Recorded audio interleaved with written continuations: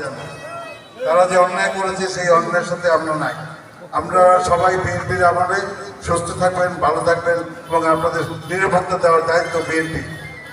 এখন এখানে অনেক কর্মী ভুল করতে পারে, ভুল করলে সেটা আপনারা কি করবেন, তার সম্বন্ধে নালিশ করবেন, আমরা তার বিচার করবেন। ইনশাআল্লাহ আপনাদের যদি কোনো লোকের ডিস্টার্ব করে, আমার দলের ছাত্রদল, যুবদল, কেউ যদি কোনো আকাম তো বোঝেন বাংলা বরিশালের ভাষা, আকাম করে সোজা জানাই দেবেন, তার বিরুদ্ধে বিচার করা হবে, তার বিরুদ্ধে মানে অ্যাকশন নেওয়া হবে। কাজে আমরা বিএনপি কোনো সন্ত্রাসী দল না। বিএনপি যদি জনাব তারেক সাহেবকে দেশে আনতে চান, বিএনপিকে যদি ক্ষমতায় আনতে চান, তাহলে গ্রামে যাইতে হবে। ভোট গ্রামে রয়ে গেছে অনেক। এইখানে যারা জড়িত আছে প্রত্যেকের বাড়িতে গিয়ে আমরা ভালো ব্যবহার করি, তাহলে তারা আপনাদের ভালোবাসবে। ভালো ব্যবহারই মানুষকে একটু আগায় নিতে সাহায্য করে, ঠিক কিনা? আপনারা যদি আমার সাথে ব্যবহার করেন, বলার ধরেন, আমি তো আপনার ভোট দেবো না।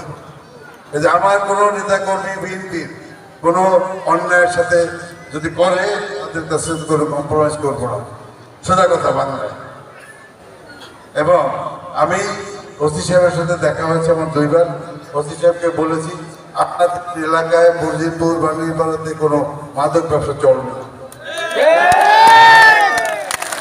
সবাইকে এই এলাকায় মাদক মুক্ত করার জন্য ওসি সাহেবকে অলরেডি আমি বলে দিয়েছি। এবং আপনারা নিশ্চিত থাকতে পারেন, যদি ধরা পড়ে তার শাস্তি হবে। কোনো কিছুর বিনিময় তাদেরকে আমরা সাহায্য করবো না, কোনো কিছুর বিনিময়। ছাত্রদল যারা আছে, ছাত্রদলের দায়িত্ব হবে মুরব্বীদেরকে সম্মান করা, সুনাগরিক হওয়া এবং তারা আগামী দিনের ভবিষ্যৎ, তো তারা সেরকম ব্যবহার করবে। এবং আপনারা বলবেন, ব্যবহার না করলে জানাবেন, দলকে জানাবেন। আপনি যদি এটা বুড়া মানুষ, সে সালাম দিতেই হবে তাকে। একজন বয়স্ক লোক কোনো ছাত্রদলের সামনে পড়লে সে ছাত্রদল মাথায় একটা লাল ফিতা বেঁধে যদি আপনার সালাম না দেয়, তাহলে আপনি ওর নাম নিয়ে আমার জানাইবেন। ঠিক আছে, কারণ আমাদের ছাত্রদলকেও সুসংগঠিত করতে হবে এবং ভালো মানুষ তৈরি করতে হবে।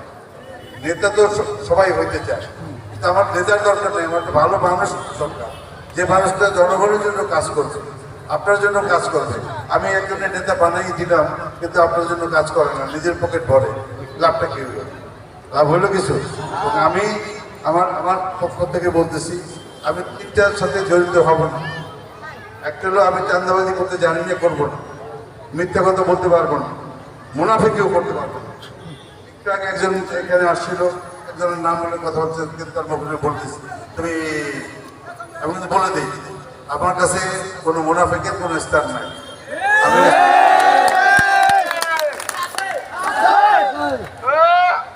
আরো কথা আরেকটা জিনিস যেটা আমি বলতে চাচ্ছি, আমি ওই জোরে জোরে বক্তৃতা দিতে চাই না, আমি আপনাদের সাথে একটু কথা বলি। আমি তো 6 বছর দেশে ছিলাম না, তার আগে 3 বছর, প্রায় 10 বছর দেশের বাইরে। তো এখন আমি তো অনেকেরই চিনি না, অনেক ছেলেদের আমি দেখছি সাদা ছিল, পাকা কাঁচা ছিল আর সাদা হয়েছে, অনেকের দাড়ি ছিল না, এখন দাড়ি হয়েছে, অনেকের আমি চিনতে পারি, সেজন্য আমার ক্ষমা করি। 2 নম্বর, এদের ভিতরে অনেকেই আমার দলের লোক যারা আওয়ামী লীগের ভিতরেও আছে, আমাদের ভাইয়েরা এর মধ্যে আছে, আমি জানি, আর বলতে হবে না, এটাই স্বাভাবিক। আওয়ামী লীগের মিটিংয়ে বিএনপি হয়ে যায়, বিএনপি মিটিংয়ে আওয়ামী লীগ আসে। তাদেরকে যদি দলে ঢোকানোর চেষ্টা করে, কেউ যদি বিএনপির আওয়ামী লীগ করতো, সে আওয়ামী লীগ করুক তার মতো, কিন্তু তারা যদি বিএনপি সাজাইয়ে দলে ঢুকতে চেষ্টা করে, আমি তো চিনব না, আপনারা আমাকে চিনেই দেবেন, ধরাই দেবেন, অসুবিধা নাই। কিন্তু এখন বিএনপি সাজার কোনো স্কোপ নাই, কারণ যখন 12 মাসি আম তো নাই, তো আপনি আওয়ামী লীগের সময় গ্রহণ করবেন, আবার বিএনপির সময় এসে আপনার বিএনপির কাজ সাথ গ্রহণ করবেন, সেটা হবে না। তার যে দল ইচ্ছা করে দেশ স্বাধীন, যে যা করার সেটা করতেই পারে, সেখানে আমাদের কোনো বাধা নাই। মানে আমরা যে অত্যাচার তারা করছে, হাসিনা যে অত্যাচার করছে, তাহলে আমি 85 বললেও ছোট হয়।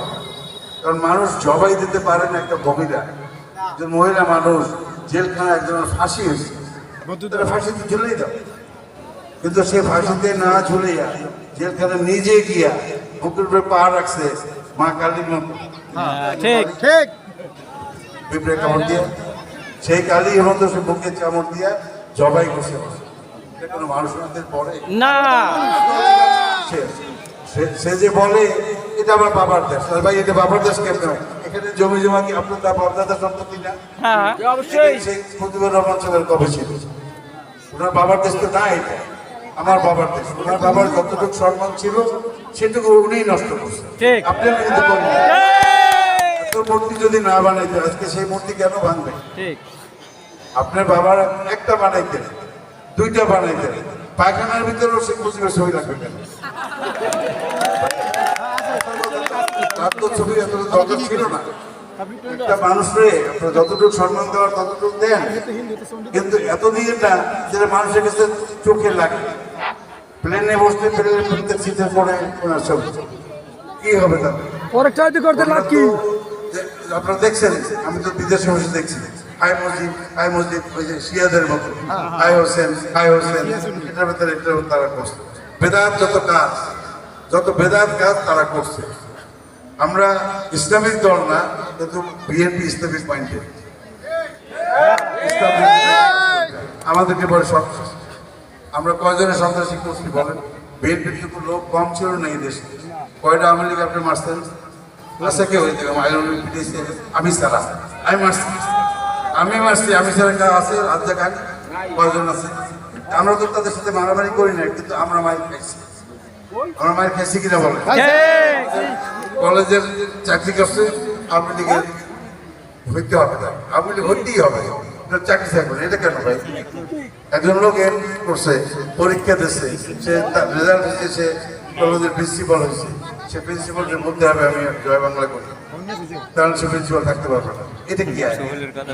আমি তিনটে কলেজের ফাউন্ডার বানাইছি, সে কলেজে আমার নাম, আমার জমি আমার লিখে দিচ্ছি আমি, আমার নামেও না, যেমন